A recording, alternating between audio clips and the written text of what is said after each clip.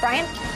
All right, that was a well-produced minute, and that was as close to sports as we're going to get today. Meanwhile, Indiana lawmakers pushing mandatory drug tests for welfare recipients suspected of using illegal drugs. So far, you got 12 states already have similar requirements. But opponents of the screening say it will only promote stereotypes of poor people, and it's humiliating. Here to explain why he says it works is a supporter of this measure, Indiana State Representative Jud McMillin.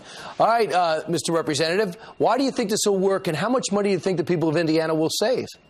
Well, I think it's going to save a whole bunch of money, and it certainly isn't focusing on poor people. What it focuses on is people who are using drugs.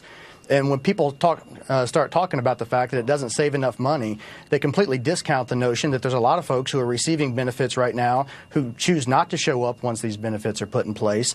And there's a whole bunch of tangential benefits that are realized when you start getting people back into the workforce. So, but if you're on welfare, usually you don't have that much money, so it might not be wrong to label them poor people.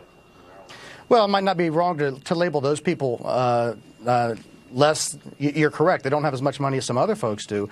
But just because they don't have that money doesn't mean that we shouldn't be making sure that taxpayer dollars are used efficiently when they do get it. One thing that you point out, and it's been found unconstitutional in other states, is that you're only going to be looked to test people who have a history of drug use, correct?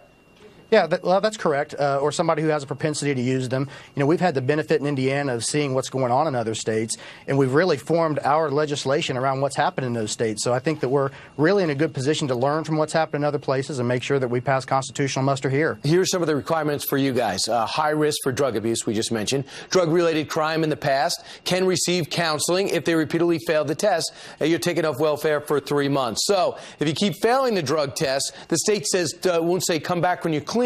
Will they offer any type of rehab? Yeah, rehab is an important component of this. I mean, I think what's really important for people to know is that you can do programs like this in a thoughtful way that help protect taxpayers, help protect kids, and help get people who have drug problems off of drugs. And that's what's really important here. And you think it'll affect between 20 and 30,000 people? Well, at least. But again, that's discounting all of the tangential effects that you'll see once you start getting people back into the workforce. All right, Representative Jud McMillin, a Republican out of Indiana, is all for this, and we'll see where it goes. Thanks so much, Representative.